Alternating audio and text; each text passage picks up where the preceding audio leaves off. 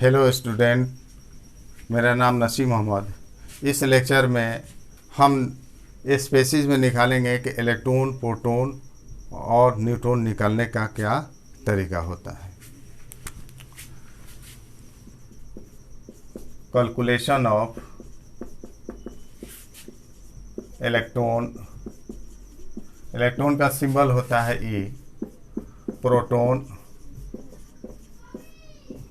P symbol है and neutron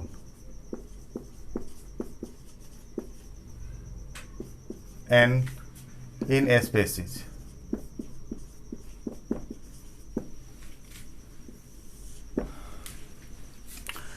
विद्यार्थियों, हम केमिस्ट्री में जो पढ़ते हैं उसमें बार बार रिपीट होता है एटम, आयन, मॉलिक्यूल। इसी को ये पार्टिकल भी है, इसको स्पेसीज बोलते हैं, जाति बोलते हैं। ये तीन ही पार्टिकल बार बार रिपीट होता है, केमिस्ट्री हम पढ़ते हैं तो उसको स्पेसीज जाति भी बोलते हैं। स्पेसीज या इसको पार्टिकल भी बोलेंगे। तो तीन होते हैं एटम। एलिमेंट का सिंबल ही लिखते हैं तो उसको एटम के रूप में पढ़ा जाता है। ओ एन एन, ये सब एटम है। मॉलिक्यूल, एक से अधिक एटम्स को मॉलिक्यूल कहते हैं। CO2, H2O, NH3, एक से अधिक एटम्स हैं। आयन जिस पर चार्ज होता है, O2 minus, N3 minus, Al3 plus, Na plus, CO3 2 minus, SO4 2 minus, OH minus. अभी जो ये आयन है इसको याद रखना पड़ेगा कि इसका नाम क्या होता है। इस पर जो चार्ज लिखें वो भी याद रखना पड़ता है फॉर्मूला लिखने के लिए। ये ऑक्साइड आयन है, ये नाइट्राइड आयन है,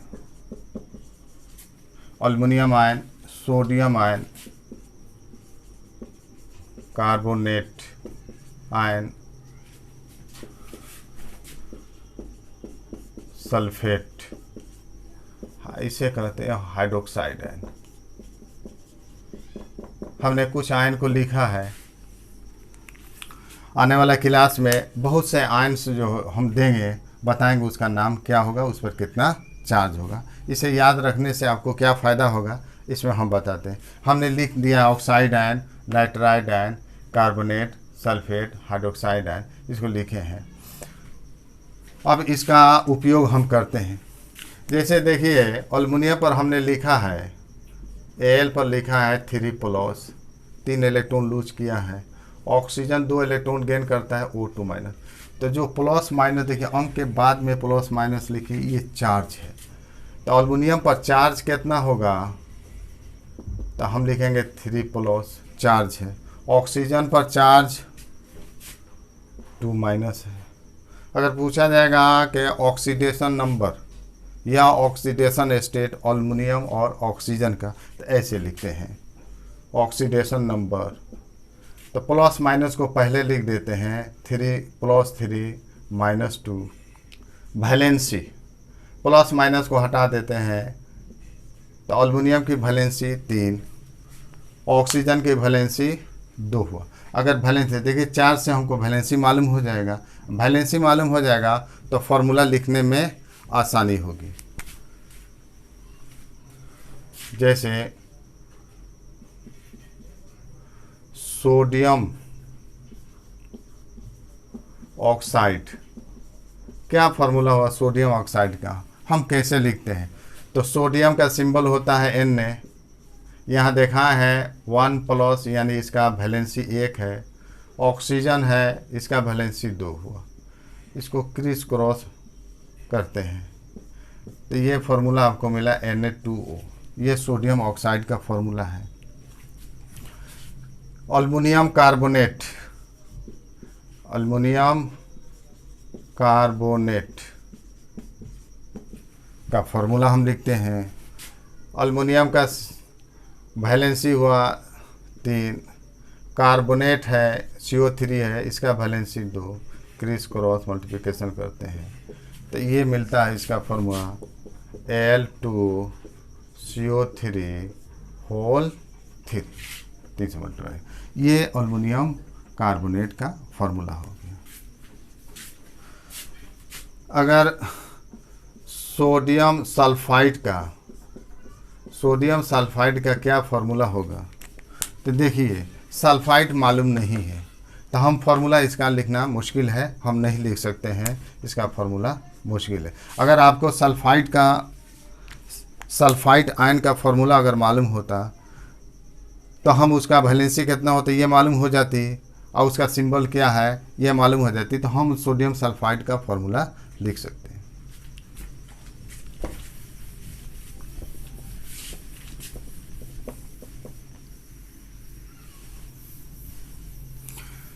देखिए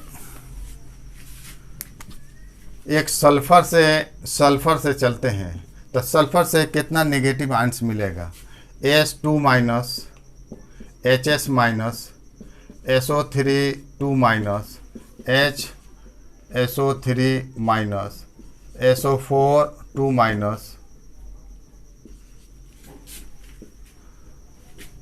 HSO4 minus, S2O3 2 minus, S4O6 2 minus. ये सल्फर से सब में जो है जो भी आप आयन देख रहे हैं इसमें सब में सल्फर है। तो अब आपको याद होगा तो आसानी से फार्मूला लिख सकते हैं। इसको बोलते हैं sulphide ion, bisulphide ion, sulphide ion, bisulphide, sulphate, bisulphate, thiosulphate, tetrathionate. अगर आपको पूछ दिया जाए सोडियम थायोसल्फेट का क्या फार्मूला होगा तो सोडियम जानते ही हैं, थायोसल्फेट अगर याद है, इसका वैलेंसी याद है तो हम आसानी से फार्मूला लिख सकते हैं।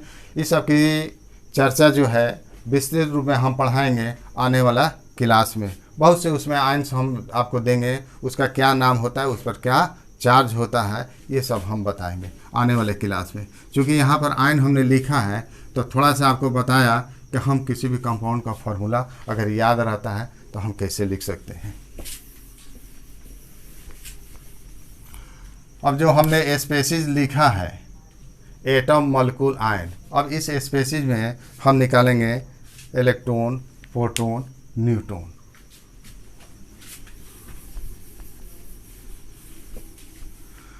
अब यहाँ जो स्पेसीज दिया गया है तो इस दोनों पर देखिए एटम मॉलिक्यूल पर कोई चार्ज नहीं है, ये दोनों को न्यूट्रल स्पेसीज बोलते हैं।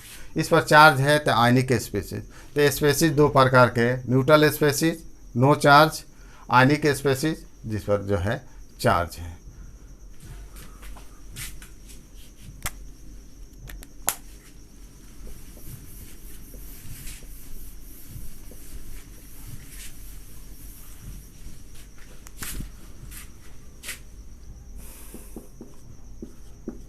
Symbol of an element, oxygen होता तो O लिख देते, नाइट्रोजन होता तो N लिखते, हम जनरल X ले रहे हैं तो नीचे जो है लेफ्ट साइड में Z लिखा जाता है, ऊपर A लिखा जाता है। ये जो है मास नंबर है,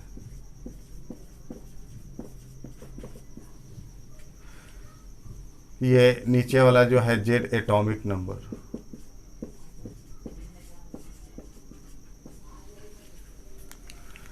तो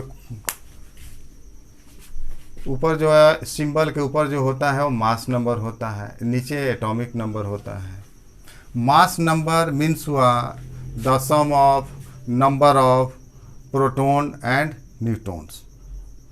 प्रोटॉन और न्यूट्रॉन की संख्या को मास नंबर बोलते हैं। तो ये तो ऑलवेज होल नंबर होगा क्योंकि नंबर को जोड़ते हैं, यह होल नंबर होता है। इसे एटॉमिक वेट भी बोल सकते हैं, atomic weight,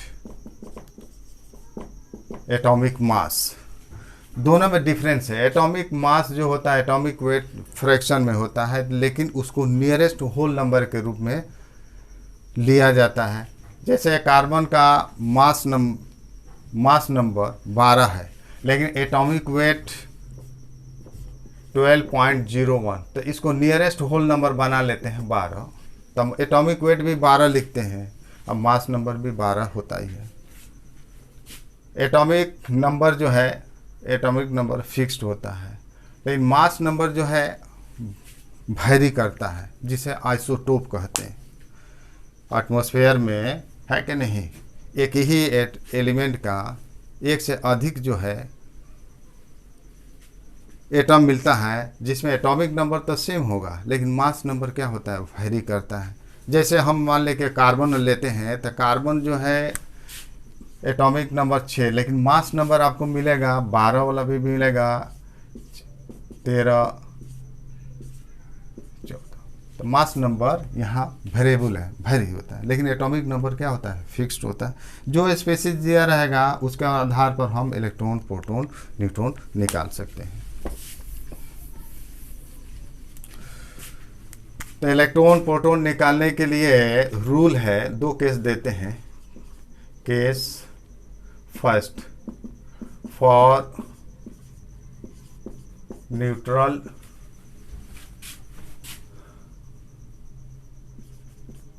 species. Neutral species atom और मॉलिक्यूल होगा ONCO2H2, इस पर कोई चार्ज नहीं है, तो चार्ज कितना होता है, इस पर 0 चार्ज होता है। तो न्यूट्रल स्पेसीज में ये फॉर्मूला लागू करेंगे, J=P=E। जितना एटॉमिक नंबर होगा उतना ही प्रोटॉन, उतना ही इलेक्ट्रॉन होगा। Case second, for ionic species, जिस पर चार्ज होगा CO3 2- Na+। इस केस में Z=P, E निकालते हैं, Z minus charge on species.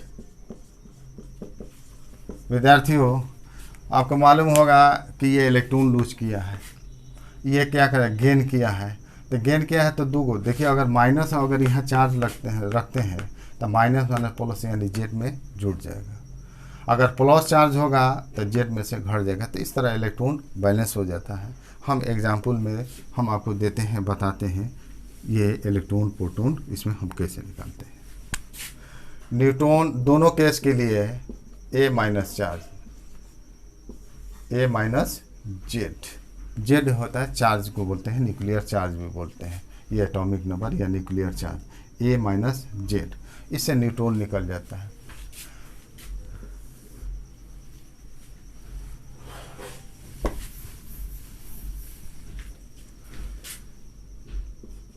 Al यहाँ सिंबल देते हैं, इसका मास नंबर 27 है, एल्युमिनियम है और 13 एटॉमिक नंबर है। ये इस पर कोई चार्ज नहीं, ये न्यूट्रल स्पेसीज है, न्यूट्रल स्पेसीज है। तो केस फर्स्ट हम लागू करेंगे। यहाँ A जो है 27 और Z हुआ 30, चूँकि न्यूट्रल है तो ये केस लागू करेंगे, केस फर्स्ट। तो ये होता है Z=P=E। तो Z यहाँ 13 है, तो इसमें प्रोटॉन और इलेक्ट्रॉन 13 हो गया। न्यूट्रॉन हम निकाल सकते हैं A माइनस जेड, तो A है 27 माइनस 13, ये है आपको 14 हुआ।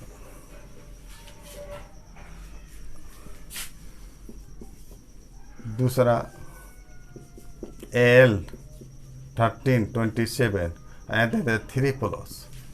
अब देखिए इस पर ये चार्ज आ गया, तो हम जो है ये आयनिक हो गया स्पेसीज। सेकेंड केस लागू करेंगे। देखिए न्यूट्रल में था, ये 3 इलेक्ट्रॉन खोया है।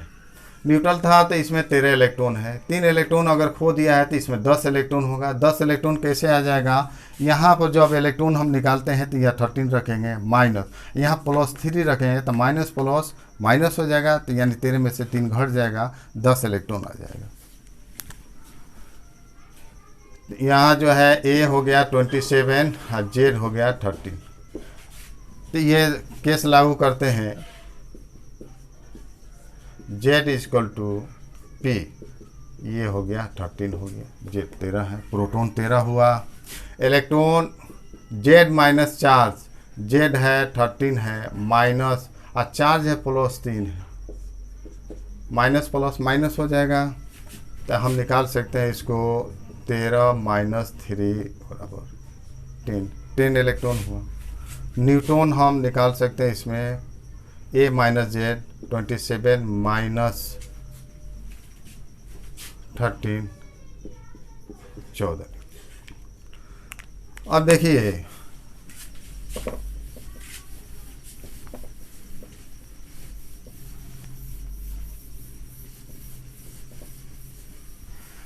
देखिए थोड़ा सा आप देख लीजिए इसमें, इसका हम जो है इलेक्ट्रॉन प्रोटॉन न्यूट्रॉन होता है, तो ये क्या होता है, जैसे एल्युमिनियम है, एल्युमिनियम Al है, तो इसमें इलेक्ट्रॉन है 13, यहाँ पर 13 इलेक्ट्रॉन है, तो इसको हम सजा देखते हैं 2 8 3, या इसको ऐसे लिखते हैं 1s2 2s2 2p6 3s2 3p1, यानी फर्स्ट ऑर्बिट में 2 इलेक्ट्रॉन, सेकेंड ऑर्बिट में 8 इलेक्ट्रॉन और थर्ड ऑर्बिट में 3 इलेक्ट्रॉन। हम कैसे दिखाते हैं, ये न्यूक्लियस,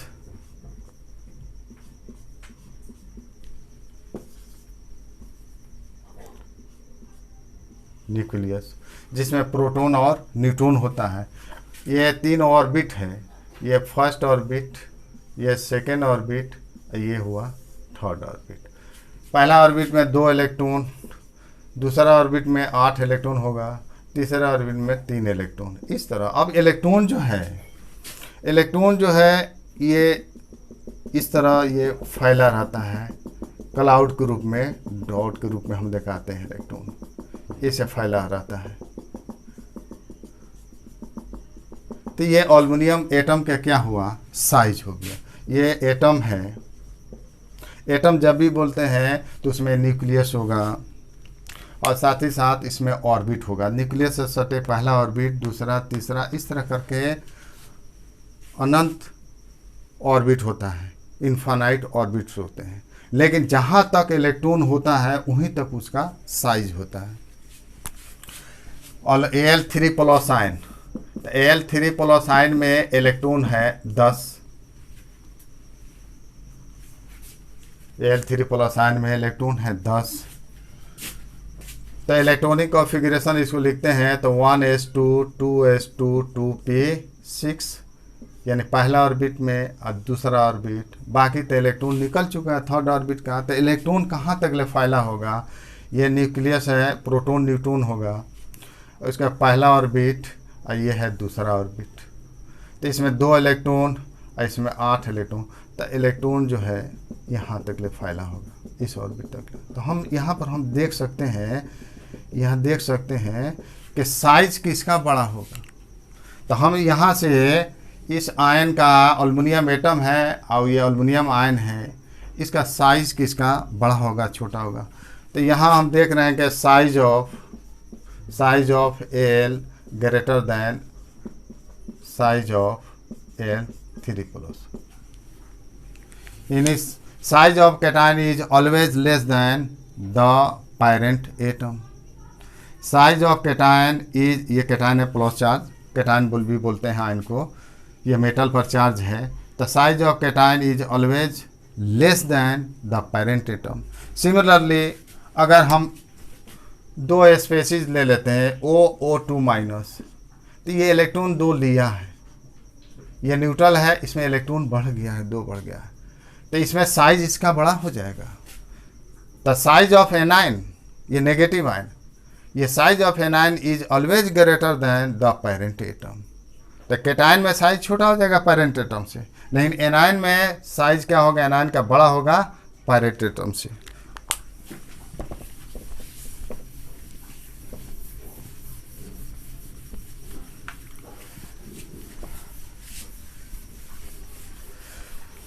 अब तो जो है विद्यार्थियों, मास नंबर एटॉमिक नंबर तो दिया नहीं रहेगा। कोई मान ले कि एटम होता है, जैसे मान ले कि सोडियम दे दिया है, तो आपको एटॉमिक नंबर याद होगा, तो हम इसमें इलेक्ट्रॉन प्रोटॉन निकाल सकते हैं। पहला तो ये न्यूट्रल है, अगर एटॉमिक नंबर इसका 11 है तो ये फार्मूला लागू कर सकते हैं। First case Z equal to P equal to E 11, यानी 11 प्रोटॉन और 11 इलेक्ट्रॉन है।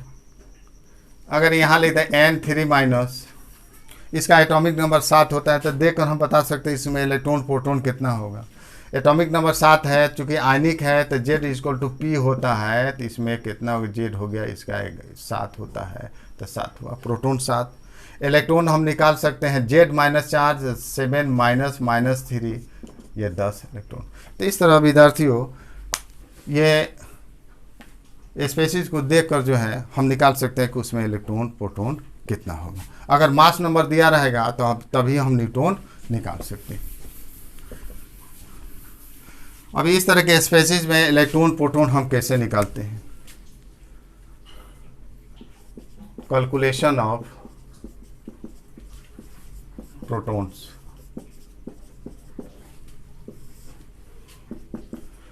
CO2 H2O NH3 CaCO3 CO3 2 minus SO4 2 minus.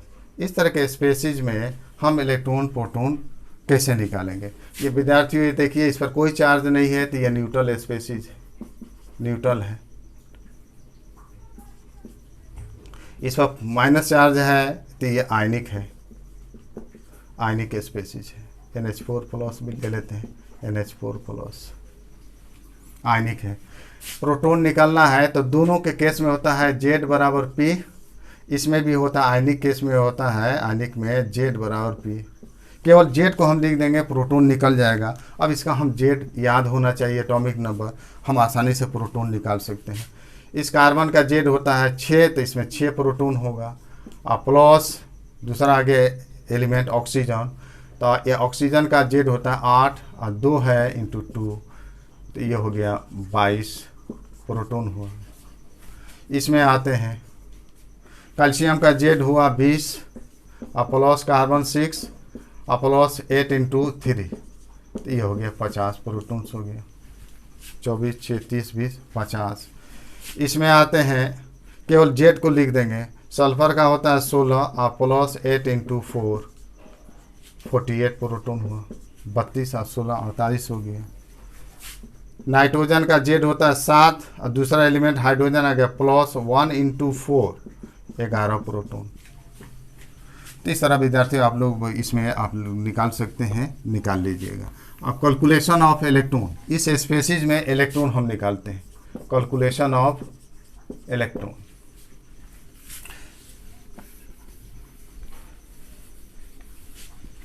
Neutral species है, तो इस केस में होता है Z बराबर P बराबर E, यानी Z बराबर E, केवल एटॉमिक नंबर को लिख देंगे तो इलेक्ट्रॉन निकल जाएगा।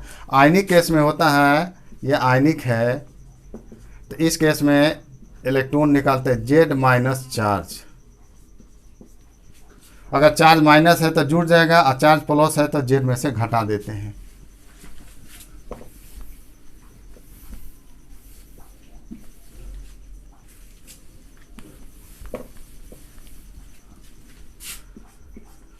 Z is equal to E, केवल Z को लिखते हैं 6 प्लस ऑक्सीजन है 8 इंटू 2, ये 22 इलेक्ट्रॉन हुआ। इसमें लेते हैं नाइट्रोजन का Z होता है 7 और 1 प्लस 1 इंटू 3, ये 10 इलेक्ट्रॉन्स हुआ।